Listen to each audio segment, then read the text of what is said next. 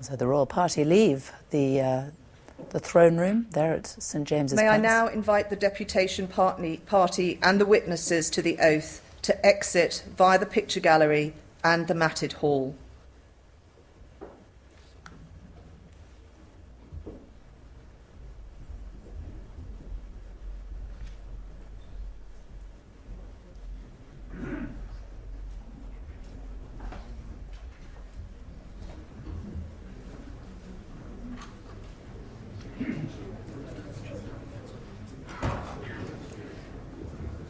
I now ask Privy Councillors present to exit via the picture gallery and the matted hall and invite you to sign the proclamation, which is laid out in the lower corridor. Thank you all for attending today. And so that is the end of proceedings at the Accession Council, the first time we have ever witnessed what goes on behind closed doors. I was struck, though, watching Prince William, the new Prince of Wales, as he watched his father, because unlike the new king, he now knows what will happen to him when he becomes king. Yes, I mean, of course, Prince Charles was a tiny boy when his mother was going through this in 1952. He was back at home, and in fact, I hadn't seen her for days. And yet, as you say, I mean, there is the new Prince of Wales, getting a very clear idea of, this is how destiny is going to be. Well, I'm joined also in the studio now by Elizabeth Buchanan, who is the former private secretary to the Prince of Wales and the Duchess of Cornwall, as they were then, and by Lord Simon Woolley, who is the principal of Homerton College. Lovely to have you both with us. You both know the new king. You have had dealings with him. You have worked very closely with him, Elizabeth Buchanan. How do you feel watching him there with the Queen Consort? You know the man very well, and what a moment for him.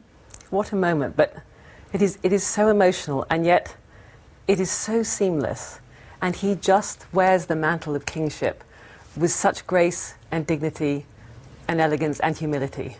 And I just kept thinking as I watched this, thank God we live in this country, and thank God for the new king. He is going to be a remarkable king.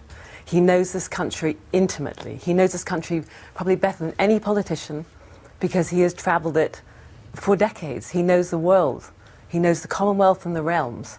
He understands the people, and he minds deeply about them all.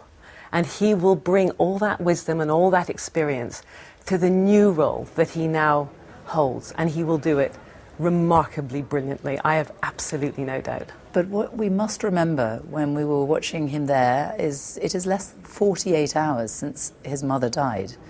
And the private grief, he has had very little time to deal with that. It's very public now all of a sudden, isn't it? It's very public, but do you know the thing about the fact all members of the royal family, but the Prince of Wales as was the king now, the sense of service to others. He knows this is his role, this is his destiny, and he will be putting before all else the people of this country and the realms and the Commonwealth. He knows the role he must fulfill, and duty and service are what runs through his veins. And that's what you have seen today. He is grieving for his late mother, and you could see it in his face yesterday. And yet he has assumed the mantle of kingship with such elegance, and there was actually no void. People feared that. There was a sense, oh my goodness, there will be a void. There was no void. It was seamless, it was perfect, and we are so blessed.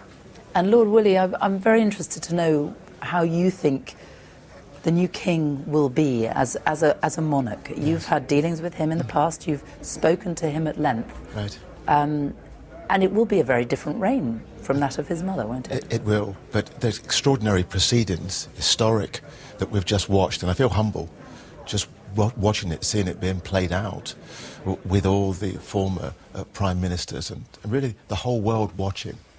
And I think, as has been said, this sense of duty that the king has had for many, many years. And some of us, like Elizabeth, we've been lucky to see it up close and personal. And you see when he's in a room with maybe 150 people, he will go around to each one and make them feel the centre of his attention and important to that moment. And that is a sense of duty, a sense of purpose, which actually I think he's taken from his mother. And it's extraordinary to see. And unlike his mother, though, he has waited so long to become king. He is king at 73 years of age. Yes. This has been a long time coming. So he has been able to watch his mother over the years, over the decades. He has seen firsthand what she does. The Queen, so young when she came to the throne and so unexpected. It is very different, isn't it? It is very different, but I think it's a time to find his own voice. And I think, as has been said, he travels around the world, around the country, speaking with young people, with old people, with people like myself. You know, when we met, I was a political activist and talking about Black Lives Matter. And one of his aides, Dame Martina Milburn, said to the then Prince, "I think you need to speak to Simon Woolley." And so, you know, within a heartbeat, I'd got a call to say that the Prince would like to speak to you. And I thought we were going to have a conversation on Zoom. But, you know, it was COVID times as well. But no, he said, "I want you to come to my house, Clarence's house." And we were due to speak for 30 minutes about really bridging that gap between the young and the old and black and white and the tensions that were going on with Black Lives Matter. 30 minutes we had scheduled. We spoke for over 2 hours. Oh, really? It was incredible. And like I'm chatting with you, it was on his balcony in Clarence's house overlooking the Mall. He leant over and he said, "Simon, what can we do? How can we give these young people that have taken to the streets, how can we give them hope? How can we give them a sense of belonging?" You know, and I'm a kid from the council estate, speaking to the then future king, and he's asking me for advice. And in that humility to say, "I don't know, but if I bring people like you and have the conversation, then together we can make a difference." And then from that conversation, there were many other conversations. And I would say to him, "Look, you know, I think that you can be a great convener to a lot of good people." And he said, "Let's do it." And we went around the country, we had the conversations.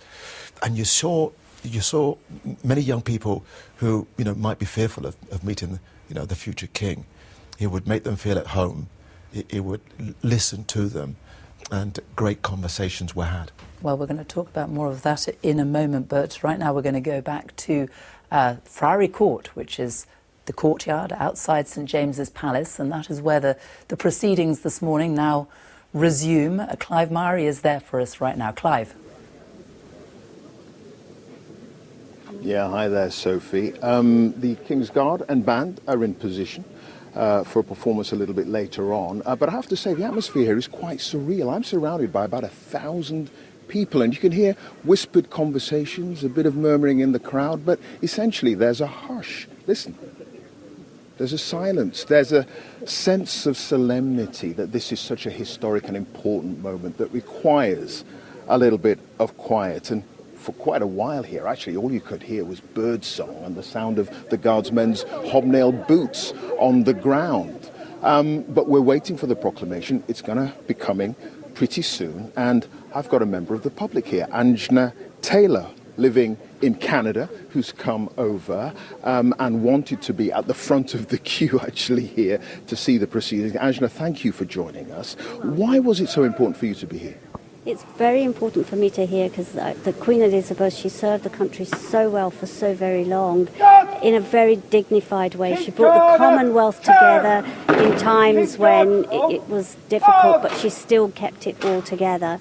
And now I was flying in from Toronto on the day that she passed away. I was at Heathrow when I learned that she was now taken very ill. At that point, I was still in disbelief that it would come to her passing away a few hours later. And when I learnt of her passing, I shed a tear, for she was really a queen of all people. She was very neutral and very, very, very good. What are your thoughts now on King Charles III?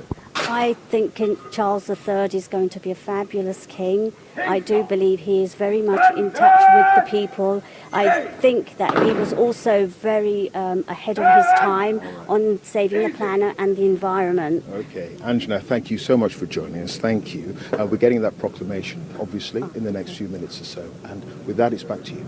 Clive, thank you. Well, David Olusoga is back with me, and I'm delighted that we're now joined by Sir Tom Shabir, who is the former CEO of the Prince's Trust and worked alongside the new king, as he is now, for more than 20 years, and worked a lot in this palace, didn't you, Tom? Worked in that. He gave me that office behind with the crenellations. Wonderful person to work for. It happened by accident. I had a nice job being a civil servant in France. Someone told me about an organisation called the Prince's Trust, and they were looking for someone to be its first director. And certain trepidation turned up for an interview, as it was in the garden at Highgrove. And I was imagining, great formality. In fact, we had an argument. Quite a healthy argument about, whether community service should be compulsory for about everybody, every young person, or not. He thought maybe it should be. I was quite certain it shouldn't. And to my astonishment and surprise, I got the job and started from scratch. A wonderful experience. He's an extraordinary man. What kind of king will he be, do you think? Because you did spend more than 20 years by his side. You hear a lot of speculation, don't you? And you read a lot of speculation about a person with strong views, fine to be Prince of Wales, not so fine as a king. He's absolutely clear about that, and I have absolutely no doubt. He won't be lobbying government ministers as being suggested. You saw him just now. He's a monarch. He's the sovereign. And he'll be just great at it. And the proceedings today, I was so pleased. He must have been behind it. I knew nothing about it. Putting all that on television, which makes the whole thing open. Here I am. It's perfectly clear what my relationship with all these powerful individuals on the Privy Council and the people of this country. And he'll be great at it. And what we're about to see now is the proclamation, which is going to be read in the courtyard there, Friary Court, at St James's Palace. It will be read on the balcony. We've seen the window, which is open. It's not actually open, it's been taken out, hasn't it? As it is for these occasions, because it is such an old part of the palace, dates back to the Tudor times. So they physically have to take the window out in order for the party to go out there, the Garter King of Arms, who will go out there and make the first principal proclamation. Talk to us about the significance of what we're about to see, David. Well, again, it is about making things public. It is traditions that come from a pre-media age, from a pre-modern age, where the transference of power, the accession of a new monarch, needs to be proclaimed to the people. So this is a very old tradition, but it's been matched, as I said earlier, with the very modern advent of a much more transparent monarchy. The TV cameras allowed in. So this is, again, that strange mix of the very old and the very modern. It's a very wonderful palace, isn't it, Tom? I mean, it's private. We don't get to go in there very often. It's where Prince Charles, as he was then, lived for some time. Where he lived, where we had regular briefings from members of Parliament. I remember those rooms so well, having to stand in front of the portraits with my boss listening to me, giving an explanation about what the Prince's Trust was about. Embarrassing, because he knew it better than I did and occasionally interrupted. There's a wonderful fireplace, which you won't see on the cameras, in that Tudor residence, which has an H and an A, Anne Boleyn and Henry VIII, a remembrance of the past, a rather tougher king. And we saw earlier those wonderful archive images of the last proclamation that we have seen from that balcony, which was, of course, the Queen's. 70 years ago, though. We have not seen anything of its like since then. 70 years ago, and those archive images we saw earlier were modern for their time. That was a revelation that was filmed, that the coronation was going to be filmed and broadcast on television. So this ability to find ways of keeping pace with modernity, finding ways of keeping pace with the public interest in the monarchy, again, I think we're seeing that today. But what did you make of just the language we have heard? Talk of the royal seals, the language that really dates back centuries, and hearing it today, it really does feel like you're touching the past, doesn't it? Well, in so many ways, the past is part of what we've just seen. We're in a 16th century palace. The language about Scotland and the Church of Scotland is a reflection of the complicated negotiations that led to the Act of Union in 1707. In all sorts of ways, different moments from the British story intrude and make their presence clear in the ceremonies. So I will tell you now what we are waiting for and what is about to happen. And in a very short time, in a minute or so, you will see state trumpeters who will move on to that balcony. They will get into position on that balcony, and shortly after that they will sound a fanfare which will announce the arrival of the balcony party. A royal salute will be sounded, and then at 11 o'clock on the dot, we think, these things normally run to time, we will have that official, the principal proclamation, which will be made there in Priory Court. It will be made by the Garter King of Arms. We will then hear God Save the King, and the trumpeters will sound the royal salute. You'll hear the national anthem, one verse of the new national anthem, as well after that. And we can see them already there in the court, some members of the public. Clive was talking to some of them just a short time ago, who are able to witness this. But it is, Tom, a wonderful moment of pageantry as well, isn't it? You've seen that many times over the years here at this palace. I've seen not quite as grand as this, but the changing of the guard, the ceremony beginning there many mornings, and people were much entertained by it.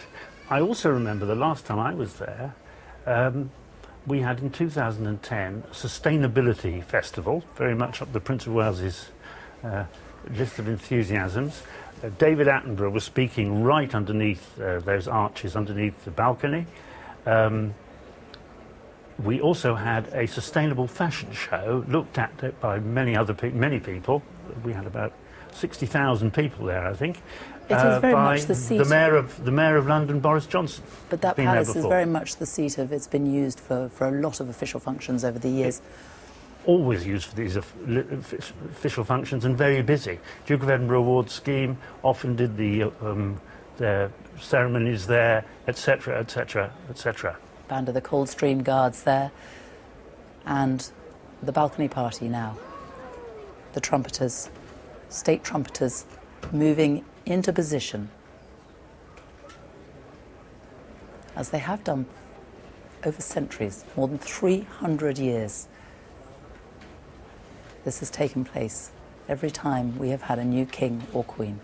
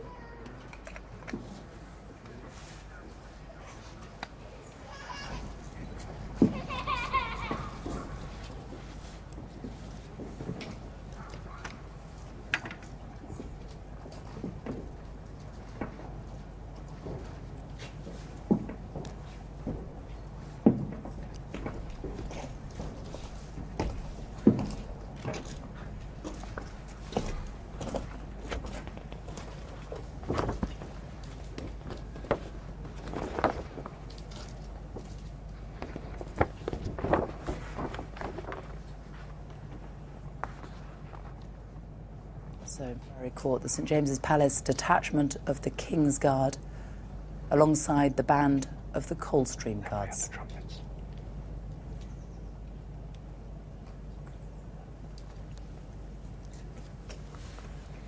And on the balcony there, the trumpeters, the state trumpeters of the household cavalry.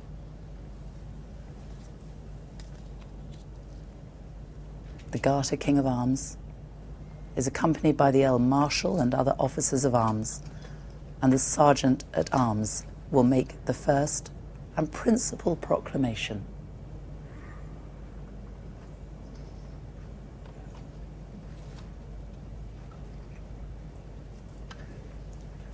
David Vines White, the Garter King of Arms, who will shortly speak.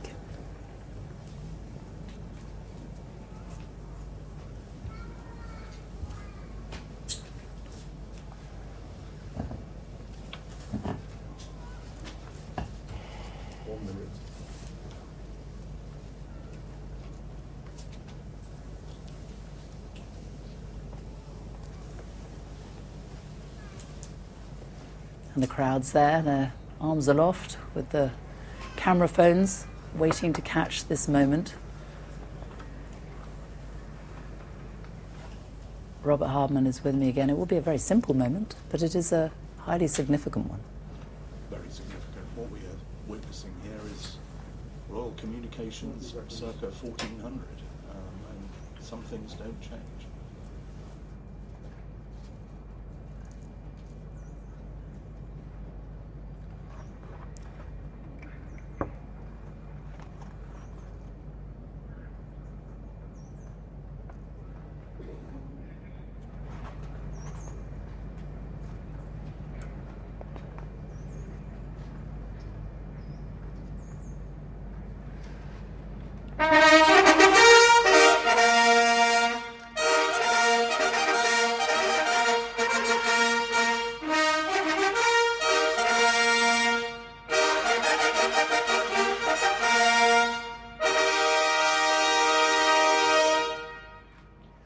Whereas it has pleased Almighty God to call to his mercy our late Sovereign Lady, Queen Elizabeth II, of blessed and glorious memory, by whose decease the crown of the United Kingdom of Great Britain and Northern Ireland is solely and rightfully come to the Prince Charles Philip Arthur George.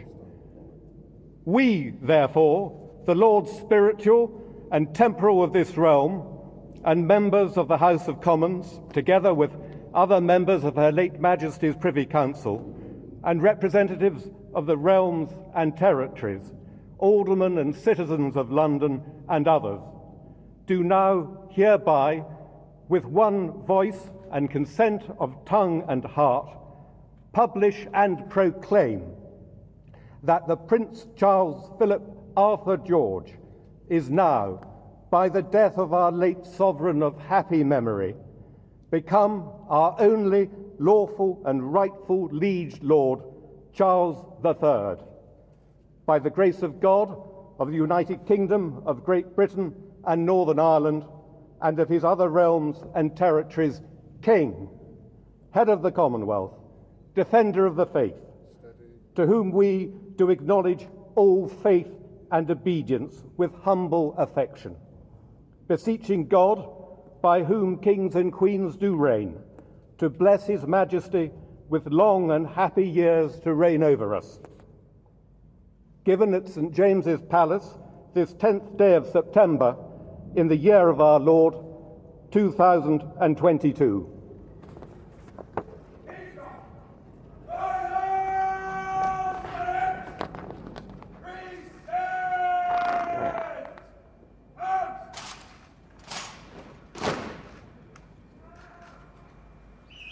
God save the King! God save the King!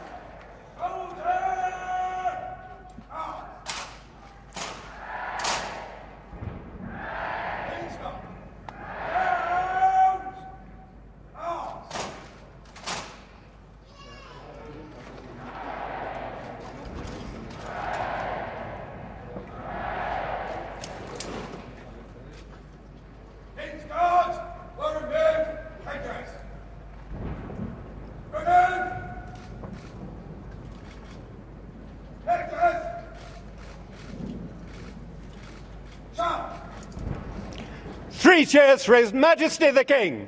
Hip, hip. Hooray! Hip, hip. Hooray! Hip, hip.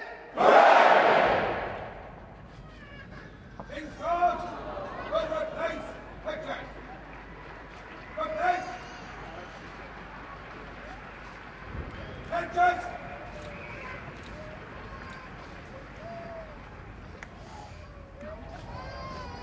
Turn.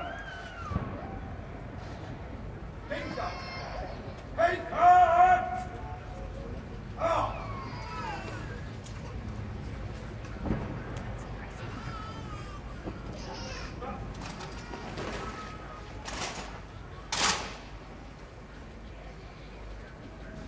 King's Guard.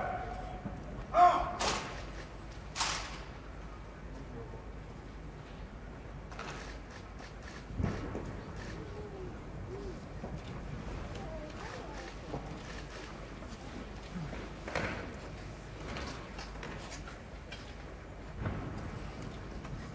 And so the balcony party go back inside St James's Palace through the opening that has been created for them by literally removing the window, Robert Hardman. That was quite a moment, wasn't it?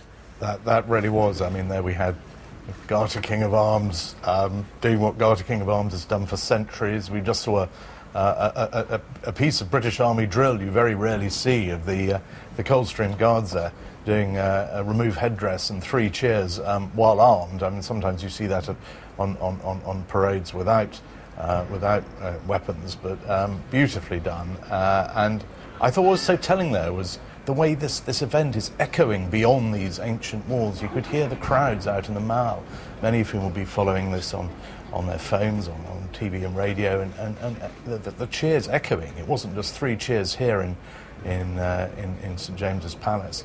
But I think everyone is just thrilled, really, to be seeing and taking part in something that hitherto was off limits, except to a handful of very elderly men. And very moving for you, Elizabeth Buchanan. I know you worked so closely with the then Prince Charles. I could tell, watching you in the studio here, at that moment, it was quite a moment for you personally as well to see your old boss. It is an extraordinary moment. And proclaimed king. After his extraordinary decades serving this nation as Prince of Wales, now to assume the role of king. And what also struck me, looking at the crowds there, the different age groups that are there, and the solemnity of this moment, also combined with a very personal nature, the things that he is speaking about his mother, about his wife, about his sister, his brothers. And this is something about the Prince of Wales. He is able to operate at an Olympian height, often a global. He's talking about climate change, these big issues of the day. And yet he's also focused on people and individuals. And I can remember an event when we were in Wales once. I think it was the time of Prince William's 21st birthday. And we did a tour up there. And he met a lady in the crowd who had just been diagnosed with cancer. And he summoned me over and he said, "Elizabeth, please, this is Mrs. Jones. I've changed her name. Please can you make sure that she receives help from the Bristol Cancer Help Centre, which is one of his patronages, to go alongside her very intensive therapy." I did all that. 2 weeks later, he's about to make a speech in the European Parliament. I'm drafting that speech. It's late at night. The phone rings. "Elizabeth, yes, Your Royal Highness. How is Mrs. Jones?" And I'm going, I'm writing a speech for the European Parliament. He wanted to know how Mrs. Jones was. He has an elephantine memory. He has an elephantine memory, which is before poor private secretaries. Now, just as all that was happening, there were also more gun salutes. There were 96 rounds fired yesterday following the death of the Queen, but these were the ones that were fired yesterday in London and at saluting stations around the world, indeed. And then today, the King's Troop Royal Horse Artillery began firing their guns to mark the accession of His Majesty the King. At the moment that principal proclamation began, the King's troops firing 41 guns in Hyde Park. The Honourable Artillery Company fired 62 guns at the Tower of London.